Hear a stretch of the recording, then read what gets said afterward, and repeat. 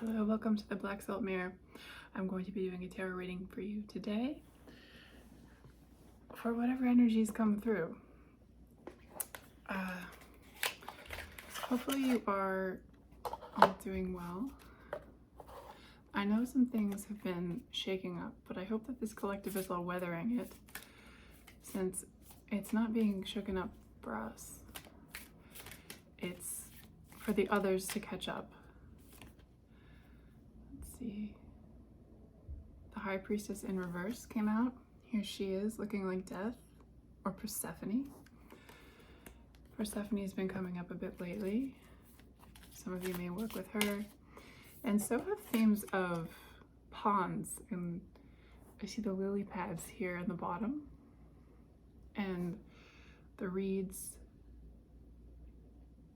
Mushrooms have been coming up for me a lot too. Maybe there's something with the necessity of death for life, because death is the fertilizer. Let's make sure I can never quite tell. Hopefully that's not crooked. All right, we've got the Queen of Swords, the Three of Cups, and the Seven of Swords and the Knight of Cups in reverse. So the High Priestess can represent certain mysteries, and in reverse, she does represent the wisdoms of the other side, the unknowable things, the great secrets of the universe. And the Queen of Swords is extreme clarity, but it's nurturing clarity, because she's the queen, she's not the King of Swords. She exists in her role to help others. Even though she's an air sign, she is also water as a queen. And here she is sitting in the clouds, looking quite amicable.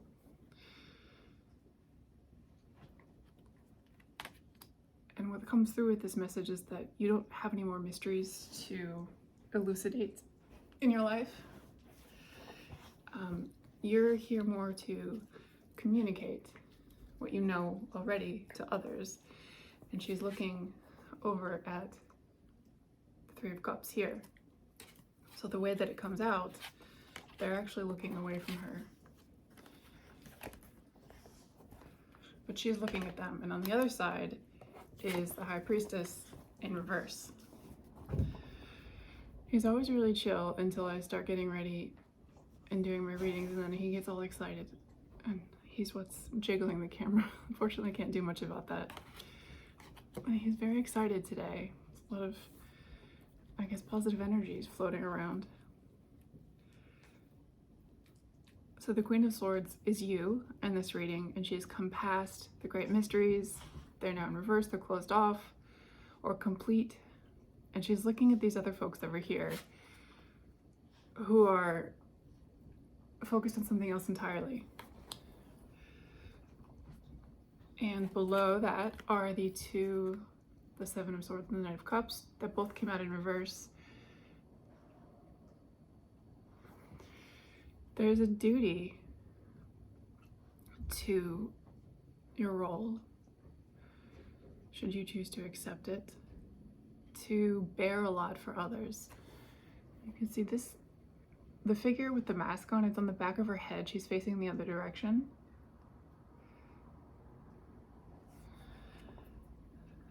It's kind of like the people in the Three of Cups are looking at falsities because they think that it will bring them happiness, right? The Knight of Cups is about bringing a gift, bringing an offer of love or harmony or friendship. But his face is also partially covered.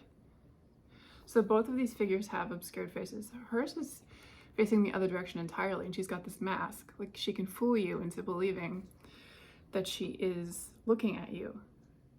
But what she's concealing is the swords in her dress. And this comes back to what I've been saying for a while now about your creating art to help others. Because one of the things that art is it can be very flashy. And if not flashy, it can be very evocative. And it catches people's attention. Because these people aren't even looking at the High Priestess, and they haven't been through her maze, or the underworld, as it were. And the Queen of Swords is sitting there thinking, how can I get them to know that they're looking at the wrong thing? That the things that they think are going to give them truth and peace and harmony are illusions, are concealed faces, are people with ill intentions. And I guess that's where a lot of you are right now, since this is coming up, is you are actually wanting to help. And you don't have to if you don't want to. I'm sure there are some of you that are like, I just want to live my life in peace. And that's actually a help in and of itself, because you're not putting chaos out into the world. You're not putting war and disharmony. And everyone that interacts with your vibe of peace and who witnesses you being peaceful can take some of that in, can take something from that, can learn, can, if nothing else, get nice vibes just from your peacefulness. Some people really do just come here to live by example on both ends. Like, some people are really horrible to live by example and to give everyone a really good indication of that's what unhealed looks like. But then there are other people who just come in here to be shop owners and just be really happy every time somebody walks in and wants flowers, you know? All right, I got 2 from the Starseed Oracle. I have Empathic Starseed, Energetic Sovereignty, Absorbing What's Not Yours. And she's coming up on a mirror here, because other people see you as a mirror, but then they want to give you the things that they don't like about themselves, but they're not yours. And in reverse, I got Star Ancestors, Hidden Secret, Lost Wisdom, Look a Little Deeper. And again, it's in reverse because it reflects the High Priestess, which is also about wisdom. This one always reminds me of Wisdom in the Stars, because they've got, who are these people in the clouds? The Egyptian deities. I don't think I can name them, but, and they've also got the stars above the pyramids, which they appear to have been built to align to. It's like, other people will look at you and they will say something beautiful, but they know inherently that it requires a lot of work and a lot of healing to get there. And many of them don't want that. They'll look away at best. But when you start to shine, something beautiful happens, and then people want to look towards you. So this is for people that want to help. This is for people who desire to show others the way. And if that's you, I will get you some advice. Although so far we've had, it's you and what you do. 10 of Voices in reverse. There she is, upright. She's more falling up in reverse. We've got the Ace of Materials. It also came out in reverse.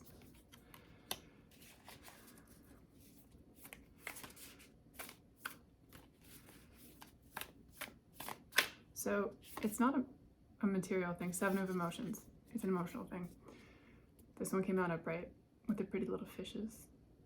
And these beams of light look like a road to me. I frequently interpret them as that. It's not this anymore. It's not throwing yourself on the spikes and suffering and doing the hard work. It's not even a tangible thing. And it's nothing new for you. It's about feeling and sharing and being unique. These goldfish all have interesting things about them. One of them has a shark's fin, one of them has sunbursts around it, one of them's got a victory wreath. This is you looking at everyone else, and they think they're small because they're goldfish, and goldfish aren't complex, and they don't live very long, and they don't, I guess, do much, generally speaking, but it's because they live in a fishbowl. But you see the uniqueness in them, and you know how they can get onto their path with those unique qualities. And it can be a path of light, because the path of voices, this is the 10 of voices, the hardship is above you, because we've switched. Below her is the mountains. They always represent hardship. And then she's kind of falling out of these, I guess they're the swords, because this is the suit of swords. And it's coming undone. But now the mountains are above you. And the swords are holding you up. So the voices before that were detrimental to you are the same voices that are going to hold you up now. Because you are a being of light. Having come from the darkness, having lived in the darkness, you are a different thing in this new world, despite not having changed at all. 5 of emotions. The Chariot in reverse, we got that one recently. 8 of inspiration. And I want this one, the Sun, of course. Bottom of the deck is the 6 of materials, which I think has come up every time I've used this deck. Okay, let's move this over here. The 5 of emotions is missing out. She's got the moon on her chest. She's crying. And the ice is melting into the water. You held this secret for a very long time. You held this knowledge and you didn't know what to do with it. And it was a very hard burden to bear, which is another part of the 10 of voices, which is sitting right on top of, is it was a hard burden to bear. And once you get to the 10 of swords or voices, it's the end of the hardship. And not because you don't have anything more to bear, but because you are now in a position to bear it easily. It's no longer a burden to you. And in fact, it's a gift. On top of the Ace of Pentacles, we have the Chariot in reverse. You don't have to go forward anymore. You don't particularly have to take care of people anymore. I'm thinking of the Cancer signification of the Chariot, which is a very mothering energy. I'm thinking a lot of crying. I saw this thing about zodiac signs, and the Cancers were saying how often they cry, and you need to find a good spot to cry so people don't see it. And they're saying that's not what you have to do. You don't have to cry for others. You lead. The 8 of inspiration came out on the 7 of emotions. You lead through your passion.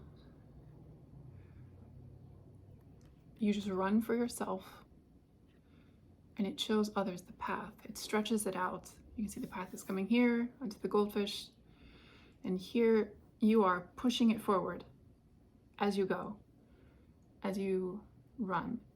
And fashion is significant because she's very high fashion for this. And then the Sun was the last card that wanted to come out, which is joy and happiness. This is the best card in the deck in terms of positivity and good outcomes. And it goes to tie the whole reading together. You can see her here. Her head has bloomed and her solar plexus is shining. You have gone through what you have gone through to show others. The bottom of the deck was this one, the mirror. You show them the way. Let me get this other mirror that came up, the empathic starseed. Here's the mirror. She's not even making an effort of it. She's just kind of falling into it. And she's being guided by the wind. Now is a time of ease for you. And other people will mirror your energy now. They will not be so triggered by your healing in this new phase, because there's going to be so much else going on that being different is going to be a good thing now. You know, in the past, people wanted stability. So being different was a challenge to the paradigm, to what they had going on. being different meant change, but there's going to be so much change going on with all of the transits that are happening right now, particularly in the United States, with our Uranus return, finally coming back into Gemini after having regressed into Taurus for a little while. Today it's at 29 degrees Taurus. If you haven't seen the astrology podcast about the United States and our Uranus return, it's a very good one. I loved it. I think I've listened 3 times now. I'm going to listen again. And the sun is represented by Leo, which is the performer and the king. And it's about shining, and it's about being fully balanced in who you are. Actually, technically, strength is Leo, and the sun is the sun, but the sun is exalted in Aries, yes, which is where the stellium's happening, tying it all back together. And the sun rules Leo, which is why I thought of it. Because Aries and Leo are very tied together now, astrologically, for this period of time. And for what keeps coming out, the sun is your guide. The joy is your guide. Your happiness is your guide. You're finally at a point where you can lean into it, and it will bring good things back to you. Because there's so much turmoil going on, and because everything's being shaken up as it was meant to be, your difference is now a relief. Your performativeness is now good. It's entertaining, it's refreshing, and it will feel more comfortable to people because it's reminiscent of a time when they didn't have all this turmoil. People always turn to art in dark times, and we are coming into dark times, and you are an artist. And you are shining, and everything that you've gone through was to open you up into this flower.